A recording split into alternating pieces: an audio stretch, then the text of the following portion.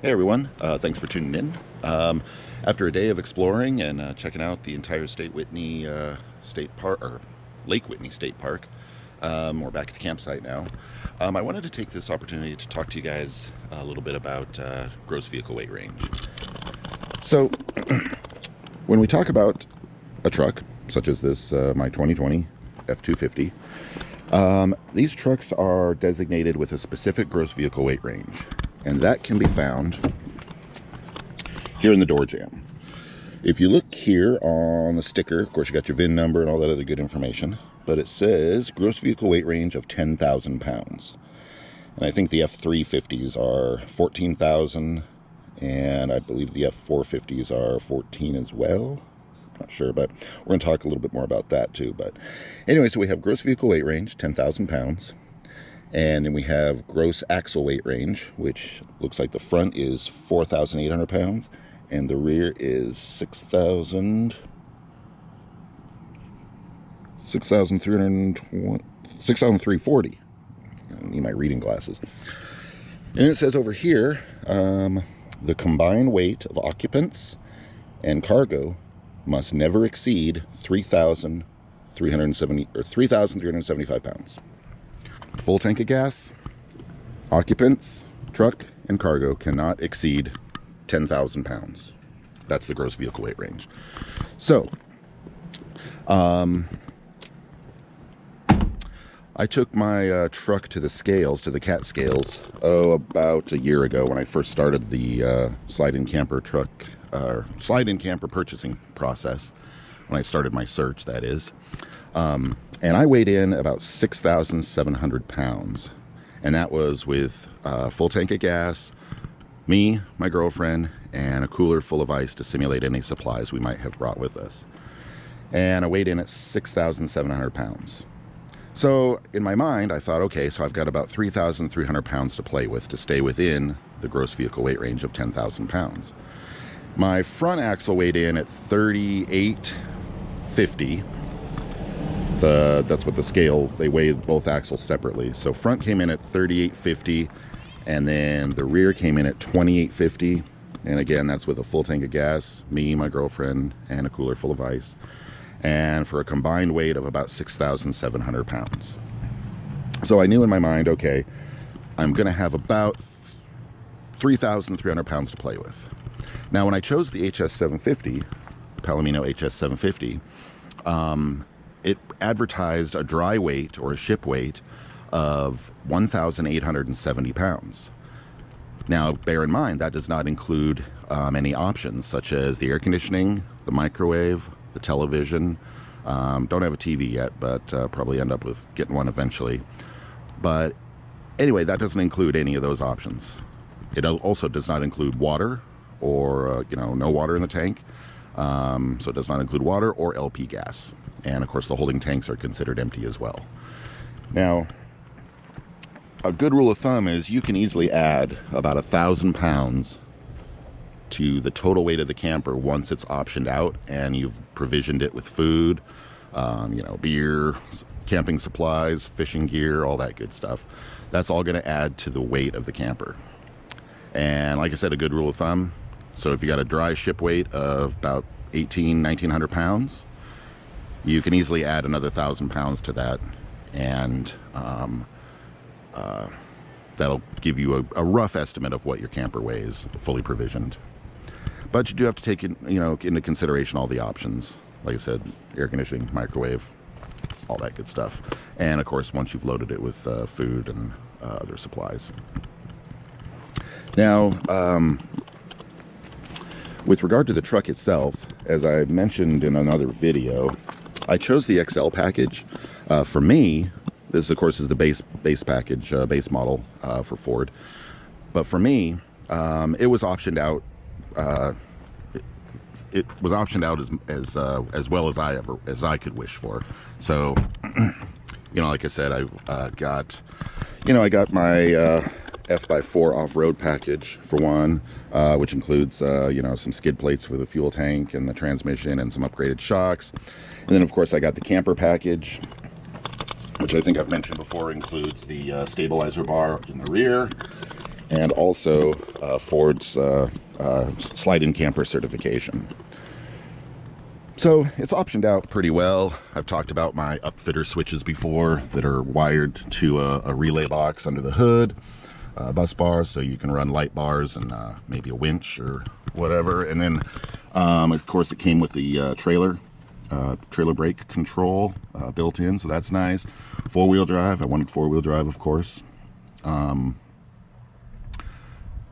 And it's also got, like I mentioned before, it's got this cool 12-volt cigarette-style lighter power port, as well as a 110-volt, 400-watt, three-prong plug. So all in all, it's optioned out pretty well, and it suits my needs very well. So anyway, when we're talking about the gross vehicle weight range, when Ford figures out what the maximum payload is on any given truck they manufacture, they're figuring that there's going to be a person in each position. So in other words, you have 3 seatbelt positions up front, 3 seatbelt positions in the back.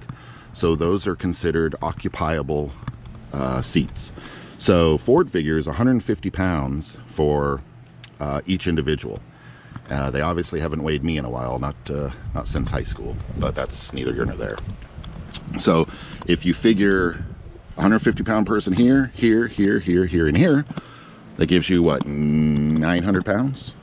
So you figure 900 pounds with of occupants, the weight of the truck, the weight of the full tank of gas, and the weight of any options you have on the truck. You subtract that weight from 10,000 pounds, and that gives you your usable payload capacity.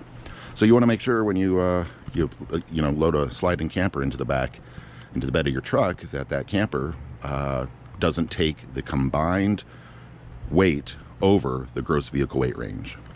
Because remember, again, that 10,000 pound figure is figuring the weight of the truck, the occupants, any cargo, and any options you have on the truck.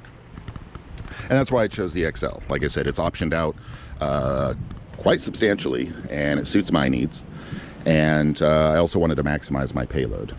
The interesting fact, I don't know if you guys knew this or not, but the F350 actually has more payload capacity by about 400 pounds than the F450 because of the extra suspension components. They detract from the weight, gross vehicle weight range. So you start out with 10,000 pounds, you build the chassis, you build the truck, you option out the engine, and you start subtracting from that 10,000. So your payload gets smaller and smaller and smaller the more you option the truck out, the more weight you add to the chassis of the truck. Like I've mentioned before, I chose the 6.2 liter gas engine. Not that I don't like the 6.7 liter Power Stroke. That is a really cool engine. I think it's around 1,100 foot-pounds of torque, something like that. But it's also a heavier engine, and it takes away about 800 pounds from your payload capacity.